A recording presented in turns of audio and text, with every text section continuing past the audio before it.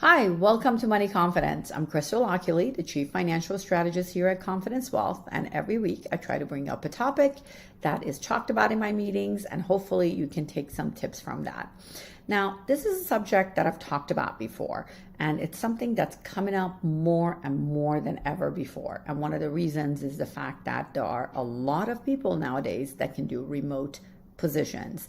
So should I move out of state? So a lot of clients that are getting close to retirement and now they have the ability to work remote, they start considering maybe we should go somewhere else and, build, basically our lifestyle there. Or even if they're retiring and they're thinking, now that I'm retired, I want to really go and live in a different state or a different country. So I don't think it's a bad idea. I also don't think necessarily it's an idea for everyone. One of the things that I think it's important to do is explore before you jump the gun.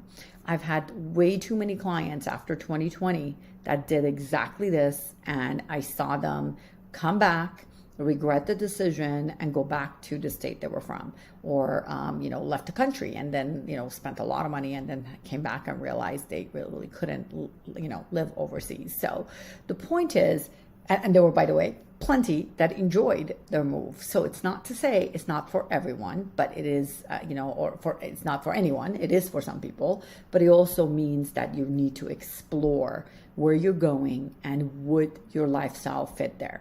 So one of the suggestions I make for everyone, that if you are retiring and you want to explore that, maybe what you should first do is explore the idea. So if you have a primary resident and maybe it's in a state like California, or maybe you're in New York and the price of real estate is really high and rental income is also good, why don't you rent out your property and go explore for the next year, even if it's 2, it doesn't matter, and do Airbnb and just explore the different states, exactly the city you want it to be in, or if it was different countries, and see, is this something you can do, and do you like it, and can you truly create a community in the place that you're moving into?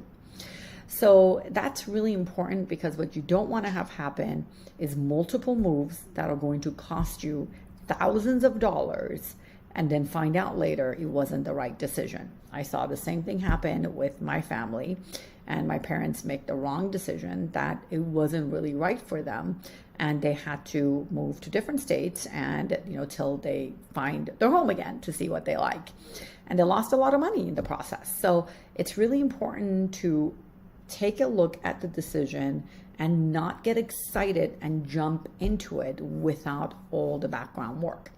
Now, if you happen to be living in California, but you originally were from Tennessee, and you're like so excited to go back to your family, that's a different story, because you already had a community there. So that's different. Maybe you don't need to think about it. But if you have lived, let's say, in New York City all your life, and now you're thinking, I really want to explore the countryside and I want to go somewhere much further away where it's a quiet life, how do you know you're going to be comfortable in that quiet life? So it's really important to explore it. And you do have that opportunity. And that's the exciting thing, the adventure of, the time that you can retire and be able to do that. So do it in increments, do it strategically, and definitely run the numbers. I've had where people say to me, I want to move to a tax-free state, and because I want to save taxes, and I ran the numbers, and what they were going to save was not that significant for them to move. I'll give you a great example. I had a client that they were convinced if they moved out of California, it would save them lots of taxes. So we ran the actual scenario for them for the move into a tax-free state, and for them, because of their assets and the category of their assets, because remember, depends on if you have lots of pre-tax dollars or if you had lots of after-tax dollars. They happen to have a lot of after-tax dollars. So their pre-tax dollars wasn't significant enough to make that much of a difference. So when we ran the number, the difference was going to make a difference of maybe $70,000 in their lifetime if they moved into that tax-free state, and in their lifetime was 35 years. So 70,000 divided by 35 years, that's just wasn't enough money for them to, for this to be significant impact for them to move. Yet there was another situation when I ran the numbers, and they would save over $700,000 in their lifetime, and their lifetime was 2.5 decades, and that was significant, almost 3 decades. That was a significant difference for them. So it made perfect sense. Yeah, you absolutely should up and leave, because you can even use a part of that money to travel and be, in a good weather, and you can live to go to a different state and maybe lose the weather that you are accustomed to. So again, it depends on the dollar amount you're saving. If that's why you're doing it, run the numbers. Don't just go by so-and-so said it. So-and-so could save money, absolutely.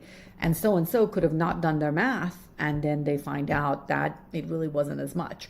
So knowing your numbers is very important. So if you've ever been wondering, if I want to move out of state, would it make sense tax-wise? Run your numbers. Feel free to reach out to your team to do that. If you are just exploring the idea of where you want to settle and you want an adventure, then also brainstorm with your team and see, does it make sense to rent out the house? Do we have enough cash to put aside to just go and do Airbnb and explore the world for the next year?